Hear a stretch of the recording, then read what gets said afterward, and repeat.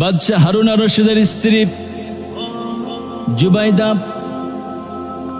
তিনি অত্যন্ত ধার্মিক একজন মহিলা ছিলেন, আমলদার পরেশগার সালেহা মহিলা ছিলেন। সব সময় ইবাদত বন্দেগী করে, সব সময় ইবাদত বন্দেগী করার দরকার আছে না নাই? তার ঘরে সব সময় 100 কোরআনের হাফেজা থাকতো। তারা সব সময় গুনগুন গুনগুন করে কোরআন তেলাওয়াত করতো। সুবহানাল্লাহ পড়ে। যেই ঘরে প্রত্যেক দিন মাগরিবের নামাজের পরে সূরাতুল ওয়াকিয়া তেলাওয়াত করা হবে, ওই ঘরে কখনো রব্বুল আলামিন রিজিকের অভাব দিবেন না। সুবহানাল্লাহ, রিজিকের অভাব দিবেন না। একদিন বাদশাহ হারুন আর রশিদ আর তার স্ত্রী নদীর পাশ দিয়ে হাঁটাহাঁটি করেছিলেন। ইন দ্য মিন টাইম বালির মধ্যে বাহলুল দরবেশ সে বালু দিয়ে ঘর বানায়, মাটি দিয়ে ঘর বানায়। বাদশাহ হারুন আর রশিদ বললেন, বাহলুল করো কি তুমি এখানে? কই ঘর বানাই। তোমার ঘর কে নিবে? বাদশাহ কথা শুনে সে বলল, আমার এই ঘর যে ক্রয় করবে সে জান্নাতের মধ্যে একটা ঘর পাবে। সুবহানাল্লাহ বলেন। ঘরের দাম কত? 1 দিরহাম। বাদশাহ হারুন আর রশিদ উনি হেসে দিলেন, ওখান থেকে চলে আসলেন। কিন্তু তার বিবি জুবাইদা দরবেশ বাহলুলকে বললেন, বাহলুল এই ঘর যদি আমি ক্রয় করি তাহলে কি জান্নাতে ঘর পাবো, জান্নাতে কি বাড়ি পাবো? বলে, হ্যাঁ, আপনি যদি ঘর ক্রয় করেন জান্নাতের মধ্যে একটা ঘর পাবেন, জান্নাতের মধ্যে একটা থাকার জন্য জায়গা পাবেন। জান্নাতের মধ্যে ঘরের দরকার আছে না নাই? জান্নাতের মধ্যে থাকার জায়গার দরকার আছে না নাই? উনি একটি ঘর ক্রয় করে নিলেন, 1 দিরহাম দিয়ে দিলেন। বাদশাহ কোনো ঘর ক্রয় করলো না, ঠাট্টা করে মশকরা করে ওখান থেকে চলে আসলো। পরের দিন যখন বাদশাহ ঘুমিয়েছেন, ইন দ্য মিন টাইম তিনি স্বপ্নে যোগে দেখেন বিশাল বড় জান্নাত। তার চোখের সামনে জান্নাতের ভিতরে অনেকগুলি ঘর দেখা যায়। একটা ঘর তার চোখে পড়ল। ঘরের দরজায় লেখা আছে এই জান্নাতের মালিকের নাম হচ্ছে বিবি জুবাইদা। সুবহানাল্লাহ, এই ঘরের মালিক হচ্ছে বিবি জুবাইদা। বাদশাহ যখন দেখে ফেলেছে এই ঘরের মালিক হচ্ছে বিবি জুবাইদা, ঘরের ভিতরে প্রবেশ করার জন্য যায়, সঙ্গে সঙ্গে একজন ফেরেশতা দাঁড়িয়ে যায়। ফেরেশতা বলে, এটা দুনিয়া নয়, এটা জান্নাত।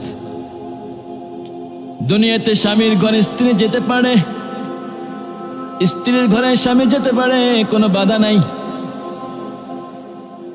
মায়ের ঘরে ছেলে যেতে পারে, ছেলের ঘরে মা যেতে পারে, কিন্তু এটা জান্নাত, মনে রাখতে হবে। এখানে স্ত্রীর ঘরে স্বামী যেতে পারে না, স্বামীর ঘরে স্ত্রীও যেতে পারে না।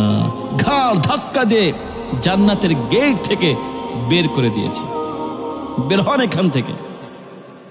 ঘাড় ধাক্কা খেয়ে ঘুম ভেঙে গেছে। হায় হায়, আমি কি করলাম? আমি যদি একটা ঘর ক্রয় করতাম তাহলে আমি একটা জান্নাতের ভিতরে ঘরের মালিক হয়ে যেতাম। পরের দিন আবার বাহলুলের কাছে গেছে ঘর ক্রয় করার জন্য। গিয়ে দেখে বাহলুল আগের জায়গায় না, একটু সরে গেছে সামনের দিকে, একটু সামনের দিকে সরে গেছে। বলল, বাহলুল তোমার ঘর ক্রয় করার জন্য আমি এসেছি, তোমার ঘর আমাকে একটা দেওয়া যাবে কি? বাহলুল বললেন, অবশ্যই। ঘর দেওয়া যাবে না মানে? ঘর নিয়ে যান। 1 দিরহাম পকেট থেকে বের করে দিছে। বাহলুল কয়েক এই ঘরের দাম 1 দিরহাম নয়। কেন? গতকালকে যে 1 দিরহাম দিয়ে আমার বিবি জুবাইদা ঘর ক্রয় করেছিল,